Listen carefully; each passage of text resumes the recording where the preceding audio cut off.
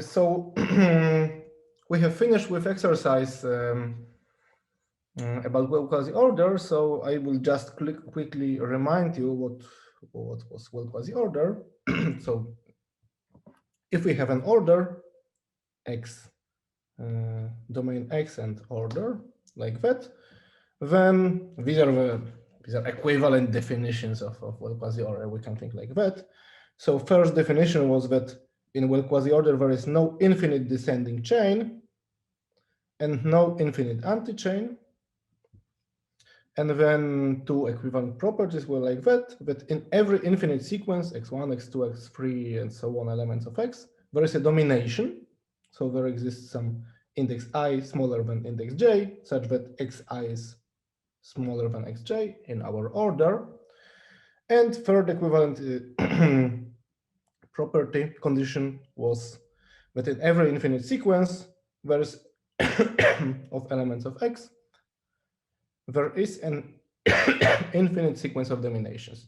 So just infinite subsequence, which is such that every next element is bigger or equal from the previous one with respect to the order. Okay, so just a quick reminder. And now we are back on our, so here a quick reminder that if, here it was, if you have two orders which are well-quasi orders, then product of these orders is also well-quasi order. And based on that, we can prove that the following order, so d tuples of natural numbers, ordered by a coordinate-wise order, this is a well-quasi order. And we are at the exercise. So just to recall yesterday considerations, we have shown that integers with with standard order, which is not a well-quasi order because there is an infinite descending chain, 0, -1, -2, and so on. And square with lexicographic order, it is a well-quasi order, and there are different arguments, but you can just say that if you have a coordinate order, it implies lexicographic order, and therefore in every infinite sequence of elements of x, you have a nomination with respect to the coordinates order. Therefore, you also have a nomination with respect to a lexicographic order, and then you have a nomination. So lexicographic order is is indeed a well-quasi order. So let's now think about the other cases 3, 4, 5, 6. So maybe some of you have already solved some of these cases. If yes, then tell us all what's the solution. So does anybody have an idea how to solve 3, 5, 3, 4, 5, or 6? So please just go ahead. Okay, so for third one, we can just construct an infinite descending chain, and it will be of consist of words AB, AAB, AAAB, and so on. Well, depending on the side of this order. One more time. So what's the sequence? It starts from AAB, AAAB, and so on. Well, it is either descending or ascending chain, but in the latter case, we can just swap the letters and. Yeah, so we can assume that A is smaller than B. That was, I guess, typical assumption. So indeed, you always exchange B to AB. So the next letter, next word is smaller. Then you change B to AB, and in general, the ith element is I letters A and B, and this is indeed infinite descending chain. So no. Okay. Some other cases. For example, divisibility relation. So let's go ahead with these cases, and I will have more, which will be maybe more challenging. Okay, so 4 is no as well, because the primes form an anti-chain. Exactly. Prime numbers no prime number divides any other prime number, so we are infinite anti-chain. Yeah, so this is infinite anti-chain,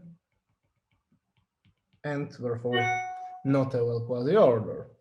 Okay, so what about words over some finite alphabet? I should maybe write sigma is finite, and we consider finite words over finite alphabet with prefix order.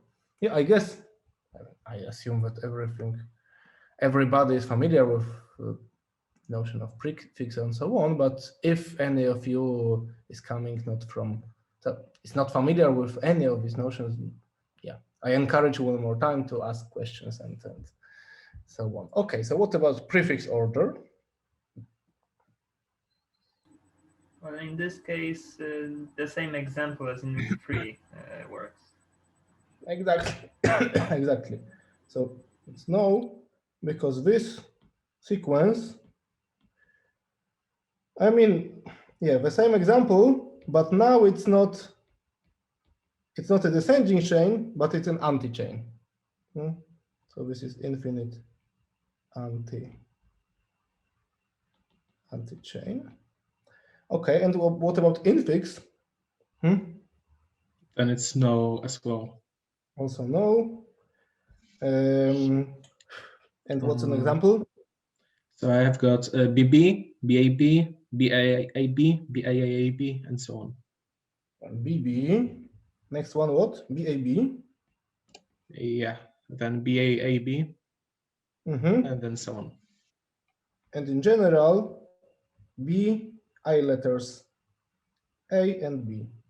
And indeed, we can see that any B, A, I, B is not a prefix of B, A, J, B.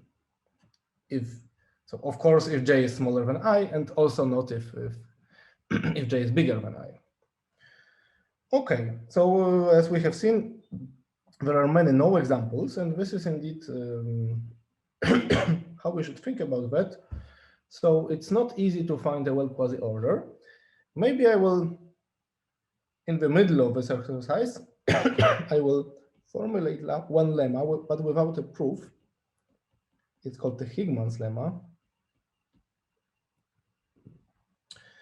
So this is a case of well quasi-order on finite words. This is a subsequence order. I will comment on that in a moment. And Higman's lemma tells that this is a well quasi-order. What is a subsequence order? I will show it on an example. Let's say that we have such a word, A, B, C, A, and this is a subsequence of yeah, so okay, so I have the same notation, but I guess that looking at the domain, you see whether this is what kind of order it is. So, for example, of D, A, B, A, C, B, A, C, D, because you can find in this right word, you can find a subsequence, A, B, then C, and then D. Yeah. The left word is a subsequence of the right one. So this is, I hope that this can play a role of a definition. And okay, proof of that, I will not go into the proof. It's like quarter of, in a quarter you can prove it. It's a bit harder than proving Dixon's lemma. Okay, so maybe then let's go further. So I have more questions into the exercises.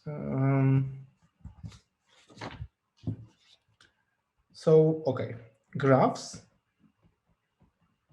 finite graphs, and subgraph.